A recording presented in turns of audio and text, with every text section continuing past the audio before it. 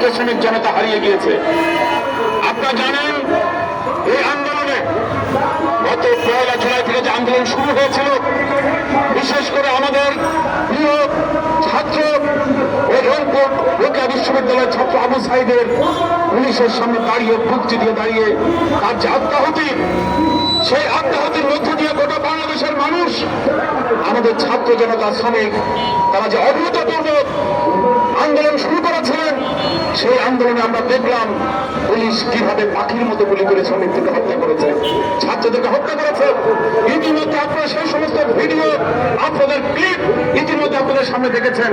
স্বরাষ্ট্রমন্ত্রীর উপস্থিতিতে স্বরাষ্ট্র সচিব এবং সেখানে অন্যান্য পুলিশ কর্মকর্তাবৃন্দ কিভাবে গুলিতে হত্যা করা কেন হচ্ছে সেটার বর্ণনা করছেন। আজকে কি এটা প্রমাণ করার অপেক্ষা রাখে যে কিভাবে এই হত্যার নির্দেশ দেওয়া হয়েছে, যে মানুষকে সরানোর জন্য যে হাজার হাজার ছাত্র শ্রমিক জনতা মিছিলে আসছে, তাদেরকে নিবৃত করার জন্য, তারা যাতে না আসে তাকে নিশ্চিত করার জন্য গুলি করা হয়েছে, হত্যা নিশ্চিত করার জন্য গুলি করা হয়েছে। প্রিয় বন্ধুগণ, আপনারা দেখেছেন পত্রিকায় বর্ণনা আসছে, আজকেও একটা বর্ণনা আসছে, আপনারা দেখেছেন আমাদের রিক্সা শ্রমিকরা, আপনারা জানেন এই সময় অকাতরে জীবন দিয়েছে। আমাদের রিক্সা শ্রমিক, ব্যাটারি রিক্সা, ইজি বাইক, সেগুলো আপনারা জানেন তারা অ্যাম্বুলেন্সের কাজ করেছে, সমস্ত হতাহতদেরকে হাসপাতালে নিয়ে আসছে। এরকমই একজন রিক্সা চালক, তিনি হতাহতদের হাসপাতালে নেওয়া আসা করছিলেন, হঠাৎ করে পুলিশ খেয়াল করলো যে এই বেটাকে ধরতে হবে। ওই রিক্সা চালককে তারা ধরে, তখন থেকে জিজ্ঞেস করে তুমি কি করছো, তো বলছে যে মানুষ মারা যাচ্ছে, আহত হচ্ছে, তাদেরকে তো হাসপাতালে নেওয়ার কেউ নেই, আমি নেওয়া আসা করছি। বলছে তুমি অপরাধ করেছো, ফলে তোমাকে এখন মরতে হবে, তোমাকে গুলি খেতে হবে, কোথায় গুলি করবে বলো। প্রিয় বন্ধুগণ, সেই রিক্সা শ্রমিক বলল আমার স্ত্রী অন্তঃসত্ত্বা, আমার একটি পরিবার আছে, দয়া করে আমাকে গুলি করবেন না। এই কথা বলার পর ওই রিক্সা শ্রমিককে গুলি করে তার 2 বার ঝাঁঝরা করে দেওয়া হয়েছে। আজকে সে হাসপাতালে কাঁপছে। প্রিয় বন্ধুগণ, এইভাবে করেই আমাদের একজন রিক্সা শ্রমিক, সে যখন ডেড বডি আনতে গেছে হাসপাতালে, গিয়ে দেখে যে ডেড বডি সে আনছে সেটা তার সন্তান। আমাদের গার্মেন্ট শ্রমিকরা কিভাবে তারা জীবন দিয়েছে আপনারা সেটা দেখেছেন, আমরা দেখেছি। প্রায় আমাদের কাছে এখন মতো পুরো তালিকা নেই, কিন্তু প্রায় 10 থেকে 15 জন গার্মেন্ট শ্রমিক সেখানে নিহত হচ্ছে। আমরা বলতে চাই শত শত শ্রমিক ছাত্র জনতা নিহত হয়েছে। আপনারা শুনলেন প্রায় 600-র কাছাকাছি আজকে আমাদের ছাত্র শ্রমিক জনতা সহ পুলিশ বিভিন্নভাবে নিহত হয়েছেন, আওয়ামী লীগের কর্মীরাও আছেন। কিন্তু এই যে নিহত তালিকা, সেই নিহত তালিকায় আজকে আমরা দেখেছি আমাদের শ্রমজীবী মানুষের সংখ্যা হচ্ছে সবচেয়ে বেশি।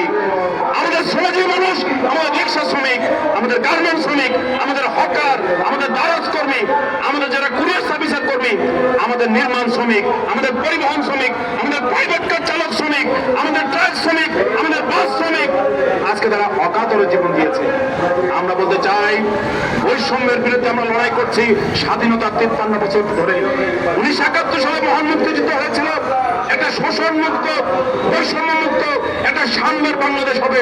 সেই জন্য সেদিন আপনারা জানেন 1971 সালে যে 30 লক্ষ মানুষ জীবন দিয়েছিল, সেই 30 লক্ষ মানুষের মধ্যে আপনারা জানেন সেখানে প্রায় 95 থেকে 97% মানুষ ছিল শ্রমজীবী, কৃষক, সাধারণ মানুষ।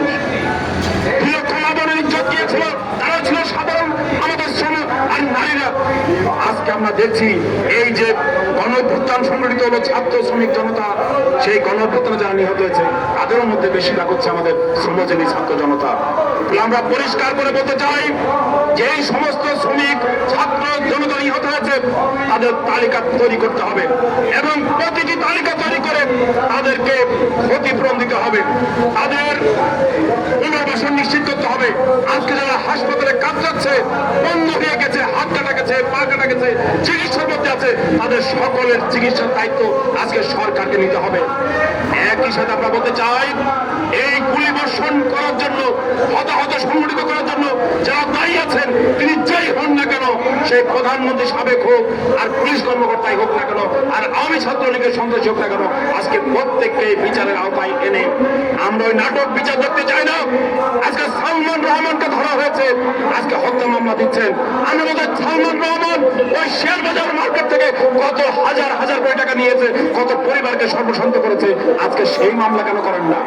আজকে তারা যে প্রকৃত অপরাধী, সেই প্রকৃত অপরাধী হিসেবে তাদেরকে মামলা দায়ের করতে হবে।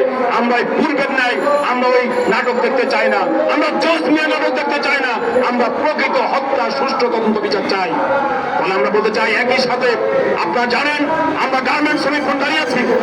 এই গার্মেন্টস শ্রমিক আপনারা জানেন আজকে গার্মেন্টস মালিকরা গত 16 বছর আমরা দেখেছি কিভাবে এই শেখ হাসিনা সরকারকে সমর্থন দিয়ে তারা সমস্ত সুযোগ সুবিধা ভোগ করেছে। আর আজকে তারা নাটক করছেন, আজকে তারা সরকারের সাথে দেখা করছেন, তারা আর্থিক সহায়তা চাচ্ছেন বেতন দেওয়ার জন্য। আমরা বলতে চাই গত 16 বছর ধরে আপনারা মুনাফার পাহাড় করেছেন। আপনার ডলারের এগেস্টে যে টাকার হিসাব একদিনে আপনার 84 থেকে 110 টাকা কিংবা 120 টাকা যখন গিয়েছে, আপনার লক্ষ কোটি টাকা মুনাফা করেছেন। তার ভাগ্যে আমাদের শ্রমিকরা পেয়েছে। আজকে আপনারা নাকি কান্না করছেন বেতন দেওয়ার জন্য আপনাদের টাকা নাই। আমরা বলতে চাই এই সমস্ত ধানাই পানাই বন্ধ করুন। আমরা পরিষ্কার করে বলতে চাই কোন একজন গার্মেন্টস শ্রমিককে যদি কারখানা থেকে ছাঁটাই করা হয়, বেতন কাটা হয়, আপনারা সেখানে প্রতিবাদ এবং প্রতিরোধ করে তুলবেন। পরিষ্কার কথা, আমরা কোনো ধানাই পানা দেখতে চাই না। আজকে বাংলাদেশের মানুষ জীবন নিয়েছে আপনাদের শোষণ বৈষম্যের বিরুদ্ধে, আপনাদের নির্যাতনের বিরুদ্ধে মানুষ উঠে দাঁড়িয়েছে। গার্মেন্টস শ্রমিকরা এমনি প্রাণ দেয় নাই, সমাজের মানুষ এমনিতে জীবন দেয় নাই। বলে আমরা সেই জীবন বৃথা হতে দিতে পারি না, আমরা সেই লড়াই বৃথা হতে দিতে পারি না। 1971 সালের মুক্তিযুদ্ধের মধ্যে দিয়ে আমরা যে সংগ্রাম করেছিলাম, সেই সংগ্রাম আমাদের হাতছাড়া হয়ে গিয়েছিল। আজকে আমরা এই যে গণভোটদান সংগঠিত করে ছাত্র শ্রমিক জনতা আমরা জীবন দিলাম, আজকে যেন আমাদের এই সংগ্রাম হাতছাড়া না হয়ে যায়, আজকে যেন সেই সংগ্রাম হাতছাড়া না হয়ে যায়, সেটাও খেয়াল রাখতে হবে। বন্ধুগণ সামনে আসেন, সবাই সামনে আসেন, সামনে আসেন সবাই। আজকে মালিকরা আমাদের উপর যে আজকে জুলুমবাজি করছে, সেটা আমরা নিরসন চাই। একই সাথে আমরা পরিষ্কার করে বলতে চাই কারা দালাল, কারা মালিকদের দস্যুগিরি করে, কারা শ্রমিকদেরকে ঠকায়, আপনার তাদেরকেও কিন্তু চিনে রাখতে হবে। এই লোকদেরকে টিকিয়ে রাখতে হবে। আজকে কারা দালাল ট্রেড ইউনিয়ন নেতৃবৃন্দ আছে, কারা মালিকদের সাথে কোলাবোরেট করে আমাদের শ্রমিকদের উপরে মজুরি, ওই 23,000 টাকা আমরা মজুরি চেয়েছিলাম, আমাদেরকে 12,500 টাকা মানতে বাধ্য করেছিল। কারা সেই সমস্ত দালাল নেতৃবৃন্দকে আপনারা চিনে রাখবেন। একই সাথে আমরা বলতে চাই ওই জোট সন্ত্রাসীরা মাস্তান যারা আছে এলাকায়, যাদেরকে দিয়ে ওই গার্মেন্টস মালিকরা আমাদেরকে ট্রেড ইউনিয়ন করতে দিত না, শ্রমিকরা বিক্ষোভ করলেই আজকে লাঠিপাটা করতো, আজকে সেই জোট সন্ত্রাসীরা আজকে ভোল পাল্টিয়ে আজকে আমাদের পাশে আজকে আরেক দিকে দাঁড়াতে না পারে, সেই ব্যাপারে আপনাদের ঐক্যবদ্ধ থাকতে হবে। আমরা পরিষ্কার করে বলতে চাই আমাদের গার্মেন্টস শ্রমিকদের মজুরি পুনর্নির্ধারণ করতে হবে। আজকে জোট সন্ত্রাস মালিকদের যে অপচেষ্টা, শোষণ, নির্যাতন, তার বিরুদ্ধেও আমাদের কাছে ঐক্যবদ্ধ থাকতে হবে। আমরা পরিষ্কার করে বলতে চাই এই আন্দোলনের মধ্যে দিয়ে যে দাবি স্থাপিত হয়েছে, এই সংগ্রামের মধ্যে দিয়ে যে স্পিড উঠেছে, এই সংগ্রামের মধ্যে দিয়ে বৈষম্য মুক্ত যে বাংলাদেশ, শোষণ মুক্ত বাংলাদেশ, শোষণ যদি মুক্ত না, শোষণ মুক্ত না হলে বৈষম্য মুক্ত হবে না। শোষণ থেকে মুক্ত, আর শোষণ মানে হচ্ছে মালিকের শোষণ, মালিক ব্যবসায়ী, এই যে শোষণ, সেই শোষণ থেকে মুক্তি ছাড়া আমাদের প্রকৃত মুক্তি আসবে না। ফলে এই কথাটা আমাদেরকে বুঝতে হবে। ফলে আমরা বলতে চাই আমাদের যে লাখো শহীদের রক্তে ভেজা বাংলাদেশ, শত শত ছাত্র শ্রমিক জনতার রক্তে ভেজা যে বাংলাদেশ, সেই রক্তের উপর দাঁড়িয়ে যাতে কেউ বেইমানি করতে না পারে, যাতে কেউ এই রক্তকে সাথে বিশ্বাসঘাতকতা করতে না পারে, তার ব্যাপারে আপনাদেরকে সত্য থাকতে হবে।